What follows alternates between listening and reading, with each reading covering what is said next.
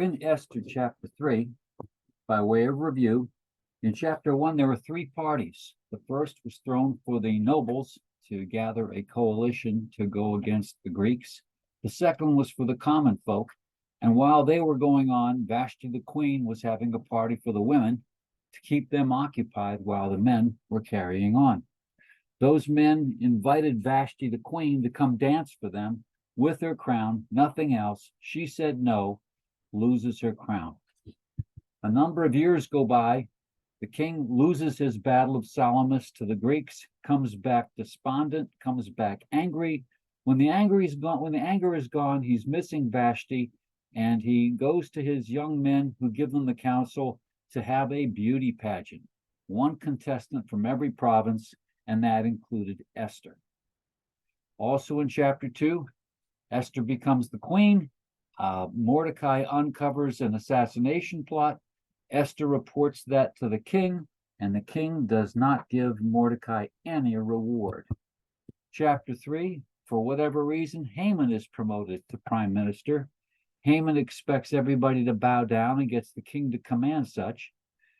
Mordecai is not about to do it, and so the king is offended and decides that all Jews must die. Chapter 4, he goes to the king agrees, they sign an edict, those two go to partying over the edict while there's confusion and mourning in the streets of the capital. We're going to pick this up with Haman being promoted to prime minister. Please note in that picture that it's really the peers of Mordecai that are going to cause all the trouble. After these things, the king promoted Haman, the Haggagite, the son of Hammedatha, which means he that troubles the law, and advanced him and set his throne above all the officials who were with him. Now, what does it mean that Haman is the Agagite? King Agag, back when Saul was king of Israel, King Agag led the Amalekites, and Samuel gave the command that all should die. Saul did not obey, and Samuel ended up killing Agag in a place called Gilgal. And all the king's servants who were at the king's gate bowed down and paid homage to Haman, for the king had so commanded concerning him. But Mordecai did not bow down or pay homage.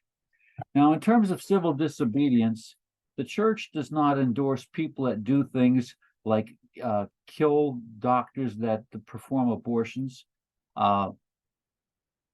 But civil disobedience is in the Bible. We see it here.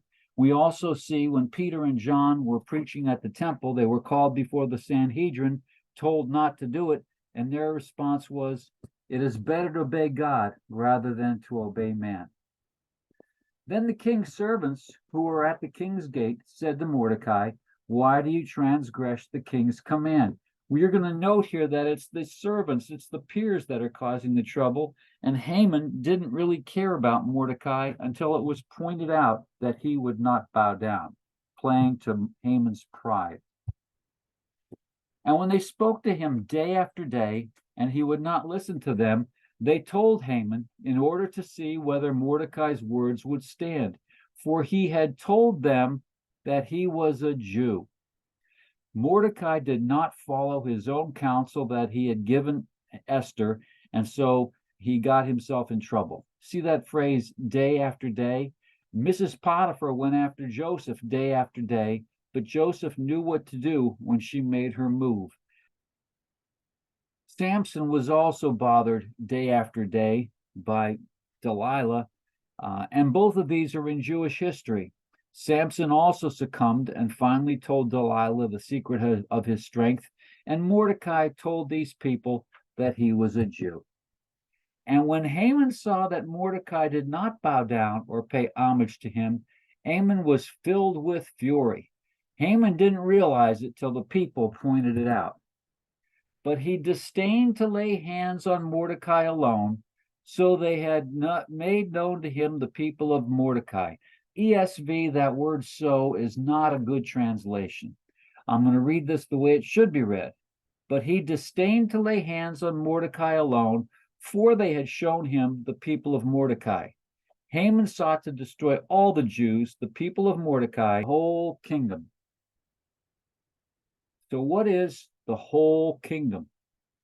Now, in the days of Ahasuerus, the king who reigned from India to Ethiopia, that's how chapter 1 enters. In chapter 8, we see the same phrase, from India to Ethiopia. The reason that's important is this. If Haman had succeeded in his plot to kill the Jews, he would have destroyed the bloodline of Jesus. This is anti-Semitism that started with Satan, went through Pharaoh. Here we have it with Haman. Ultimately, you're going to see it with Herod. It continues beyond the coming of Jesus with people like Hitler and Stalin, the Spanish Inquisition. It has been throughout all of history.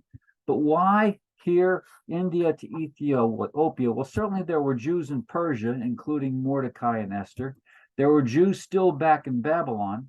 There were Jews in Jerusalem who had gone and started rebuilding the temple. They were given permission as much as 50 years prior. There were Jews in Assyria. The northern kingdoms were pulled away by the Assyrians. There were Jews in Egypt left, that not all of the people that left during the time of Moses. And there were Jews in Ethiopia, thanks to the Queen of Sheba. What did Mordecai do? He decides to cast lots. Pur is the word for one die, and Purim is the word for multiple lots or dice. In the first month, which is the month of Nisan, in the 12th year of the king, they cast Pur before Haman day after day. And they cast it month after month till the 12th month, which is the month of Adar. So once again, we see God's hand in this. They were trying to decide which month they were going to kill the Jews.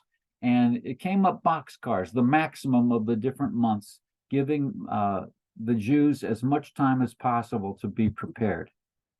March happens to be the month before Passover, the month of the death angel, in parallel with Exodus.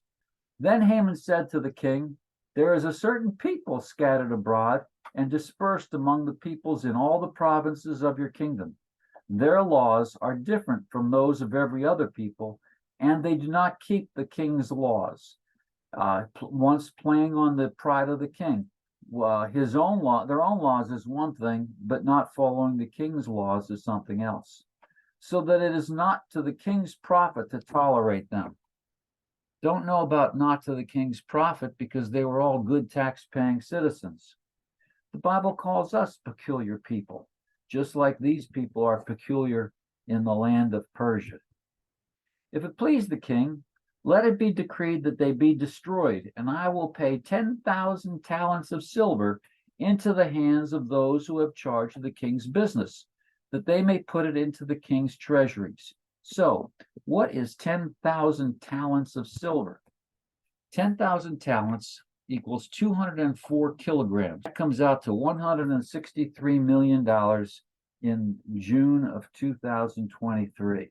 So the king took his signet ring from his hand and gave it to Haman the Agagite, the son of Hammedatha, the enemy of the Jews. And the king said to Haman, "The money is given to you, the people also, to do with them as it seems good to you." Then the king's scribes were summoned on the 13th day of the month, and an edict, according to all that Haman commanded, was written to the king's satraps and to the governors over all the provinces and to the officials of all the people, to every province in its own script and every people in its own language. And it was written in the name of King Ahasuerus and sealed with the king's signet ring. Letters were sent by Pony Express to all the king's provinces with instruction to destroy, to kill, and to annihilate all the Jews, young and old, women and children, in one day, the 13th day of the 12th month, which is the month of Adar, and to plunder their goods. A copy of the document was to be issued as a decree in every province by proclamation to all the people, to be ready for that day. The couriers went out hurriedly by the order of the king, and the decree was issued in Susa, the citadel. And the king and Haman sat down to drink, but the city of Susa was thrown into confusion. The king and Haman sat down to drink, similar to Joseph's brothers having lunch while Joseph was in the pit. And the city was thrown into confusion, similar to Jerusalem when the wise men came to ask Herod where the king was born. The Bible says the city went into confusion. The city was troubled. And so why was Susa into confusion? The Jewish people had grown into the culture of the Persians. They were law-abiding citizens. They were good neighbors. And so while they all had to die, that made the city confused. Which brings us to chapter 4. When Mordecai learned all that had been done, Mordecai tore his clothes and put on sackcloth and ashes and went out into the midst of the city, and he cried out with a loud and bitter cry. We're going to see that not just Mordecai, but every major player in this book has highs and lows. For Mordecai, he was raising his cousin. His low got to put on sackcloth and ashes. His high was led by Haman through the streets. His low once again went back to the sackcloth and ashes. His high got to put on royal robes when the plot of Haman was finally uncovered. He went up to the entrance of the king's gate, for no one was allowed to enter the king's gate clothed in sackcloth. So picture this. He's at the king's gate. He's carrying on with sackcloth and ashes. He's crying out with a loud cry, and people are passers-by trying to understand what is happening here. Esther is in the harem, and it only comes to her through third party, through hearsay of what is going on. And in every province, wherever the king's command and his decree reached, there was great mourning among the Jews, with fasting and weeping and lamenting. Note that it doesn't mention prayer, but I'm guessing there was quite a lot of prayer going on, with fasting and weeping and lamenting, and many of them lay in sackcloth and ashes. When Esther's young women and her eunuchs came and told her, the queen was deeply distressed. She sent garments to clothe Mordecai so that he might take off his sackcloth, but he would not accept them. The queen is now in her 5th year at her reign. I'm assuming comfortable in her position. Here's the timeline. Esther chapter 2 talks about the 7th year of his reign when she received her crown, and chapter 3 began with the 12th year, so 5th year as queen. Then Esther called for Hathach, he that strikes. I think of Hathach like a hatchet man, he that strikes. Then Esther called for Hathach, one of the king's eunuchs, who had been appointed to attend her, and ordered him to go to Mordecai to learn what this was and why it was. Hathach went to Mordecai in the open square of the city in front of the king's gate. And Mordecai told him all that had happened to him and the exact sum of money, the $163 million that Haman had promised to pay into the king's treasuries for the destruction of the Jews. Mordecai also gave him a copy of the written decree issued in Susa for their destruction, that he might show it to Esther and explain it to her, and command her to go to the king to beg his favor and plead with him on behalf of her people. Mordecai is smart. It's not just hearsay. It's not he said, she said. He gave a written copy of the decree. And Hathach went and told Esther what Mordecai had said. And here we're leading up to the climax of this particular story and the key verses that talk about being born at such a time as this, and if I perish, I perish. Then Esther spoke to Hathach and commanded him to go to Mordecai and say, all the king's servants and the people of the king's provinces know that if any man or woman goes to the king inside the inner court without being called, there is but one law to be put to death, except the one to whom the king holds out the gold scepter so that he may live. But as for me, I have not been called to come into the king these 30 days. And they told Mordecai what Esther had said. Then Mordecai told them to reply to Esther, do not think to yourself that in the king's palace you will escape any more than all the other Jews.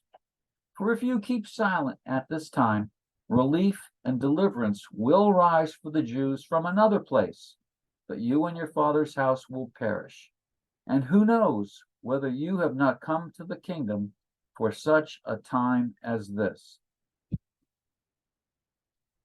Then Esther told them to reply to Mordecai, "Go, gather all the Jews to be found in Susa, and hold a fast on my behalf, and do not eat or drink for 3 days, night or day. I and my young women will also fast as you do. Then I will go to the king, though it is against the law, and if I perish, I perish." Mordecai then went away and did everything as Esther had ordered him.